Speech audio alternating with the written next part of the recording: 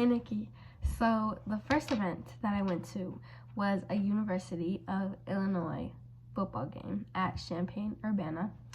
I went with friends Ellie and Julia and Abby, three girls who I met in college. Julia lives in Bloomington, Illinois, and so we went to her house for the weekend, and then we drove about an hour to Champaign-Urbana. I met up with some of her friends that go to that school, some mutual friends. Right when we got even driving on campus, it was such a culture shock. Everybody was in their orange or navy blue, all suited out with like face paint and glitter, and everybody was in their cool like game day outfits. I had to borrow a hoodie because I didn't have anything for the apparel for the team.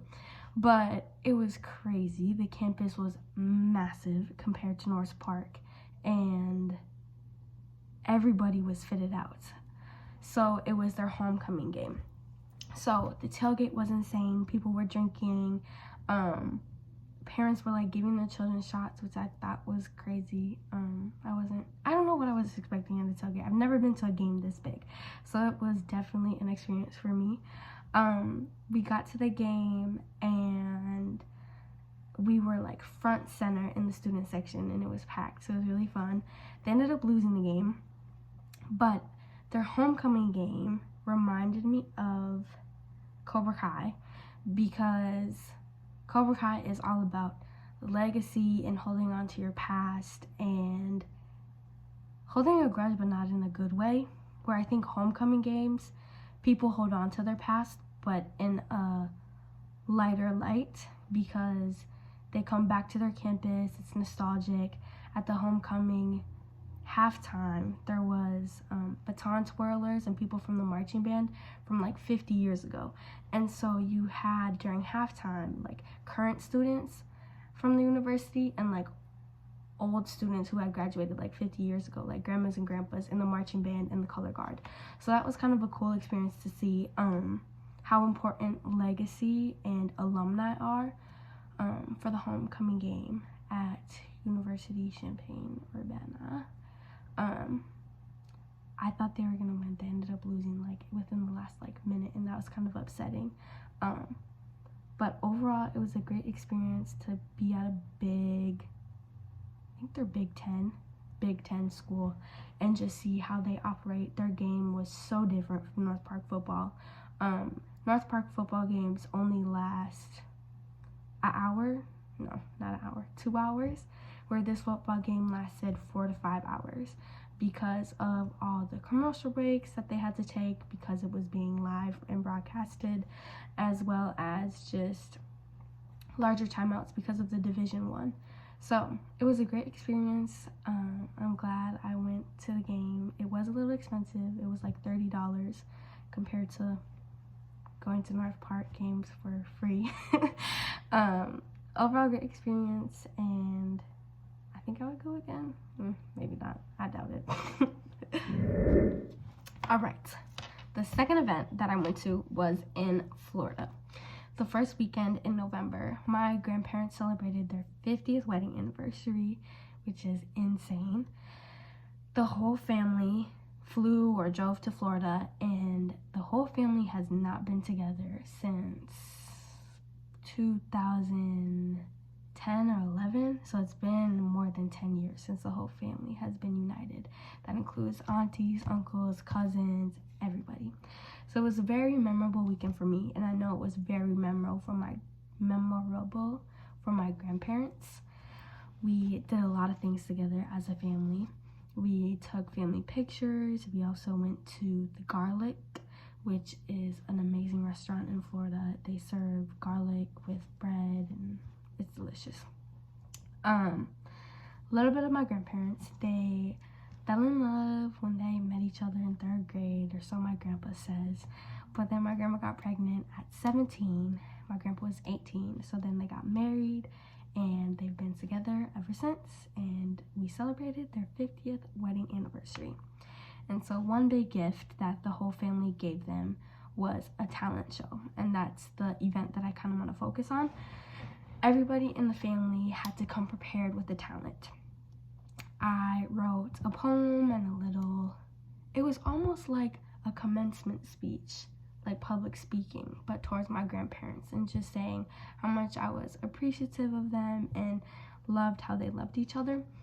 Other family members wrote a song.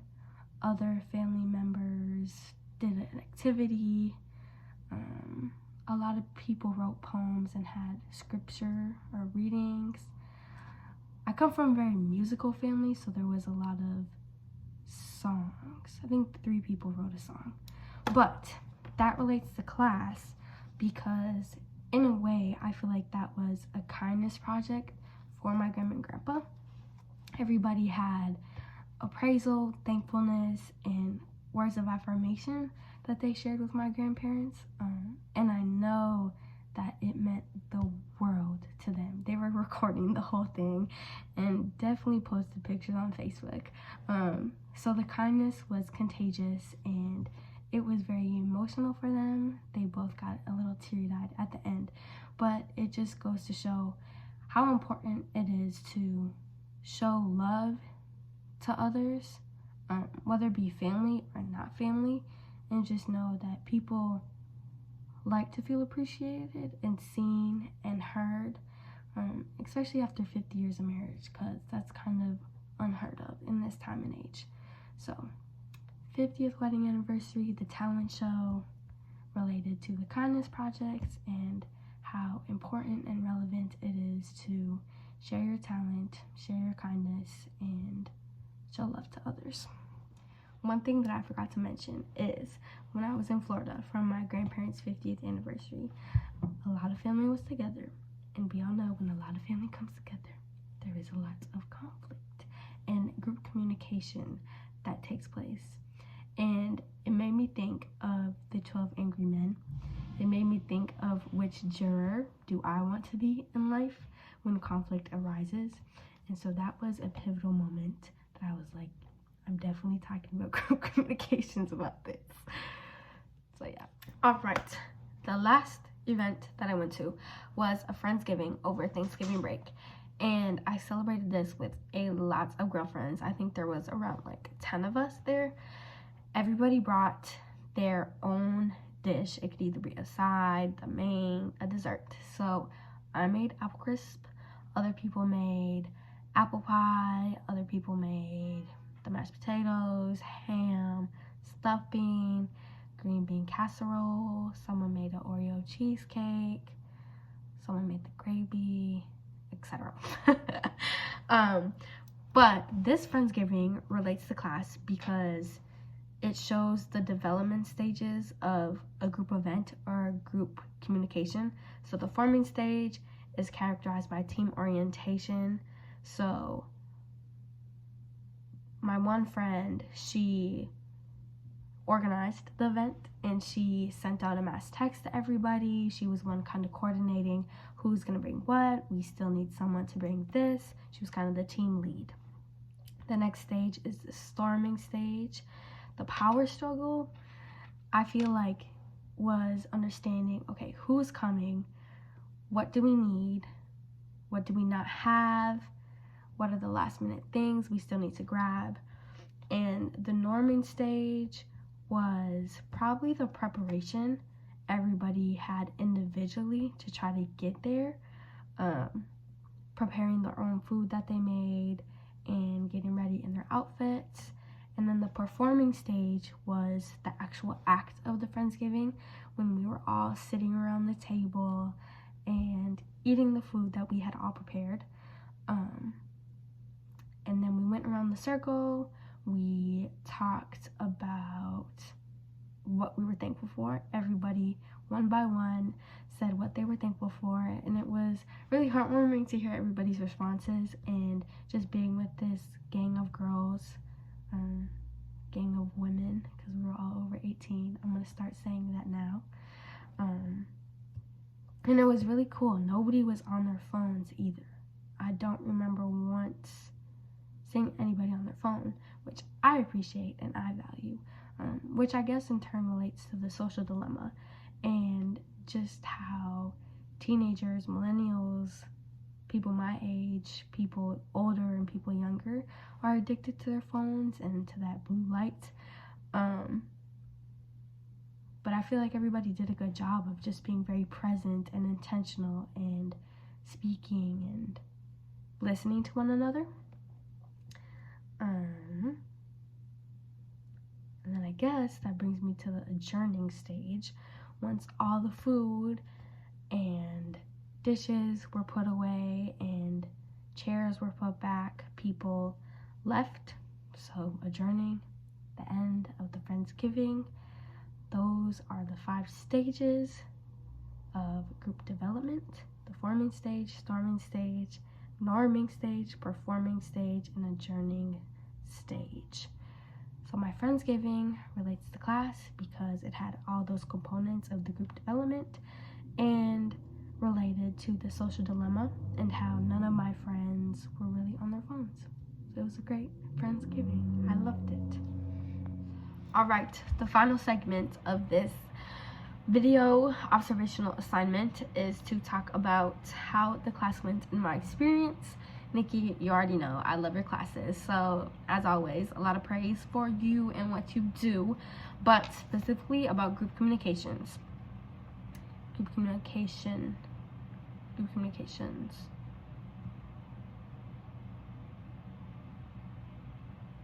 Anyway, there was a lot of movies that we watched, and I was going through the ABC XYZ ABC shared assignment and listed Toy Story, Angry Men, Coach Carter, Milgram Experiment, Stanford Experiment, the docu-series 7 Days Out, Social Dilemma, and so much more. I had never seen Toy Story through that perspective, and I think it was a great movie to start watching and understand the different roles everybody has in a group. 12 Angry Men honestly made me mad, and I hated all the arguing, but I think it was very important to see everybody's perspectives and honestly how to argue. I could definitely learn how to do that. Coach Carter is a classic movie. I loved it. The Milgram Experiment and Stanford Experiment were really good movies, and I liked watching them. I had heard about both of them in high school with my AP Psych class, so I had heard about them but didn't know full detail, and so it was really important and valuable information to learn from visuals and not just from a textbook. The docuseries 7 Days Out, I loved it because I love planning and getting things all in order and like hosting something big.